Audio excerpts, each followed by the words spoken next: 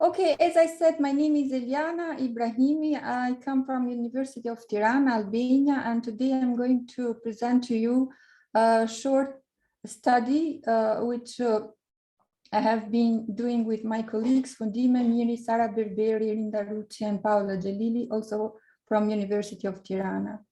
In this study, we aim to evaluate the access and use of ICTs by Albanian natural science students.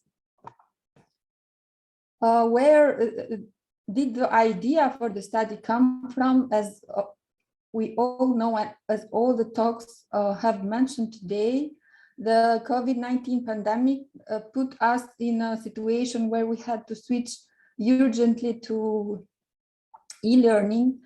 And to be honest, a lot of countries, even developed countries, were not ready, but countries like Albania, for example, were not ready at all.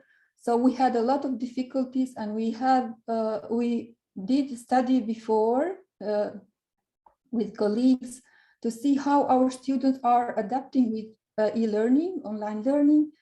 And it was in that study that we understood that, of course, we knew that before, but in that study, it was clear that our students have had difficulties in using a technology in softwares, programs, and they had problems also in owning digital devices. So the idea for the study was generated there, and we decided to go on with another study which would evaluate the access and use of ICTs by our students at the Faculty of Natural Sciences, University of Tirana.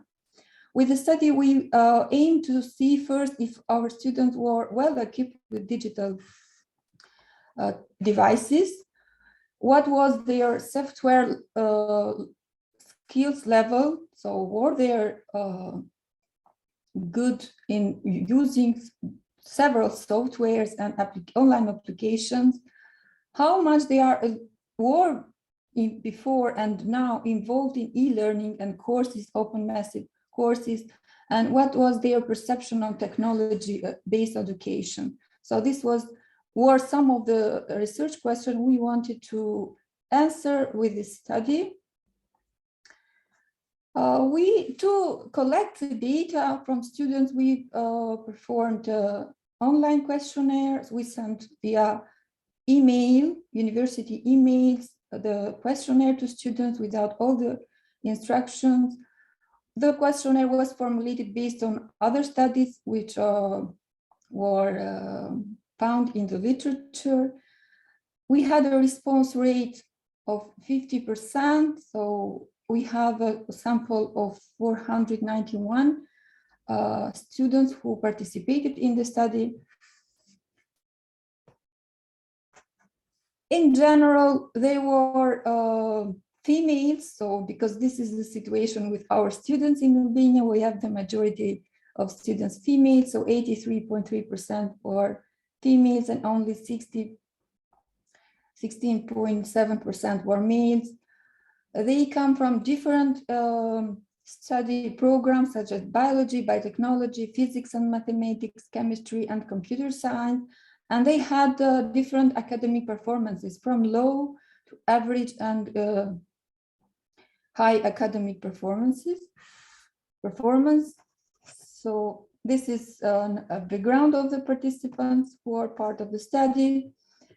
After receiving the data, to go short in this part, we of course did the analysis with exploring the data with descriptive statistics, visualizations, and we performed some statistical tests to see if there were any relationship between or differences between groups for our question, which were mainly based on Likert scales format. All the analysis was done in SPSS software. So what are our main findings? First, related to devices owned by students and access to online materials and internet. It was not a surprise, but we have concluded, and so we saw from the analysis that only about half of our students own a laptop, and about 22% own a personal computer, or let's say desktop computer.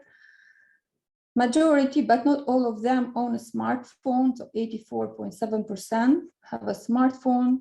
And what is interesting is that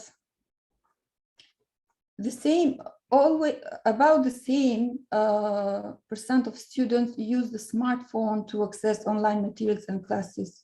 So they are following, even during the COVID-19, but also after that, they follow everything from the smartphone. Half of them use the laptop, but also there is a percentage of these students who mostly use smartphone, but sometimes they use also laptop, according to the answers.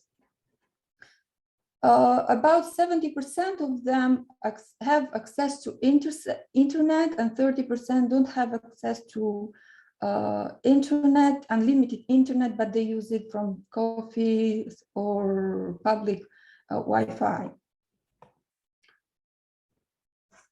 The software skills and use of online application was another, or the main interest of our study, and we have seen that students are good, maybe above average in using the Microsoft Office packages, but they are not performing well, or they have poor software skills related to programming, statistical software, plagiarism detection softwares, and online libraries, journals, ebooks. So we have low medians for these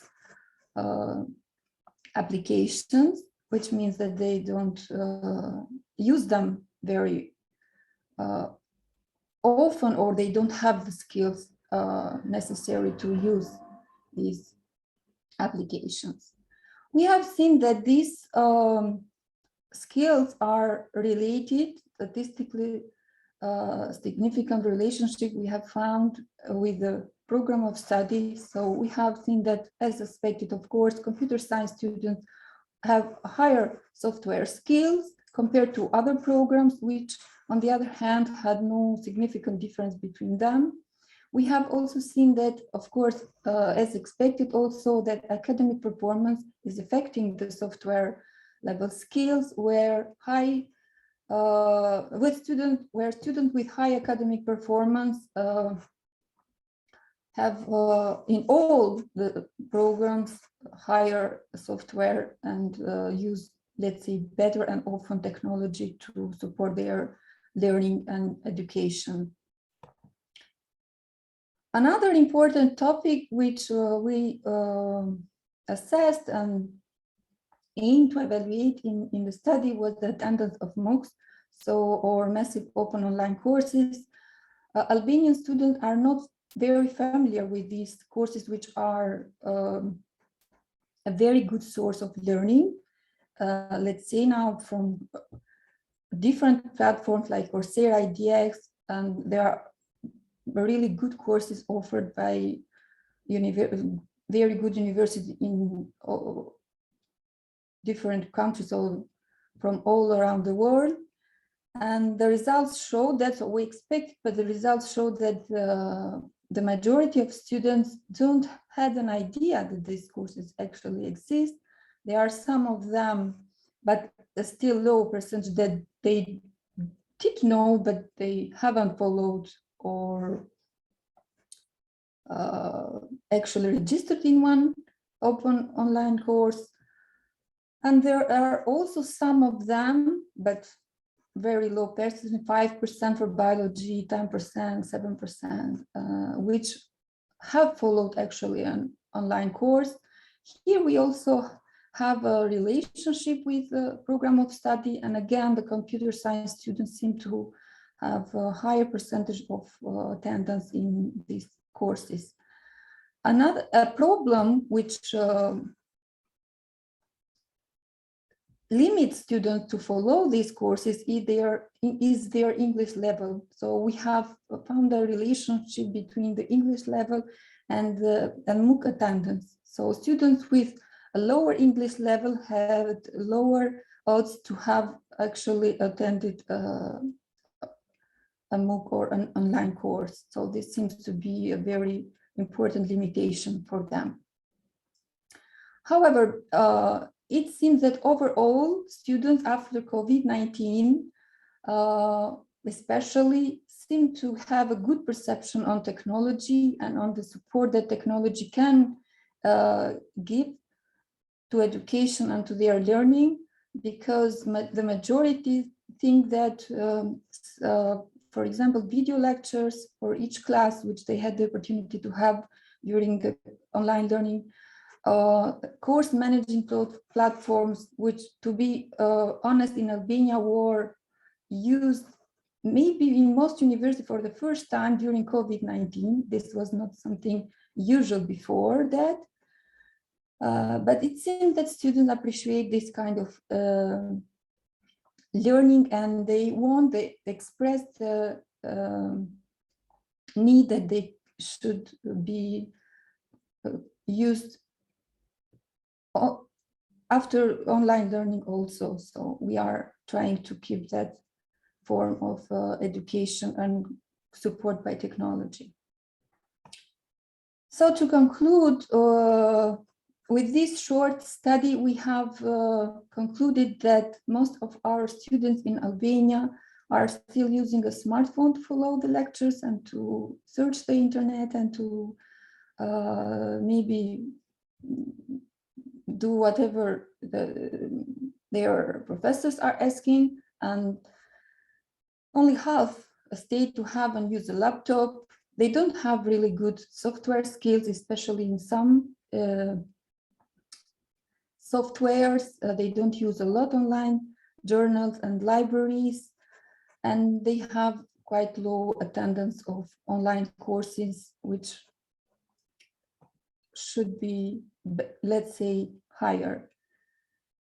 So in the light of these findings, we are working at the university first, but also behind that to make sure that students increase their level of software skills, and of course to ask government and whoever has it in their hand, let's say, to increase the incentives and support for technology-based education, so that the university can support students with training and also with digital devices and everything needed for them. This is all from me, so thank you very much for your attention, and I'll be happy to ask any question and discuss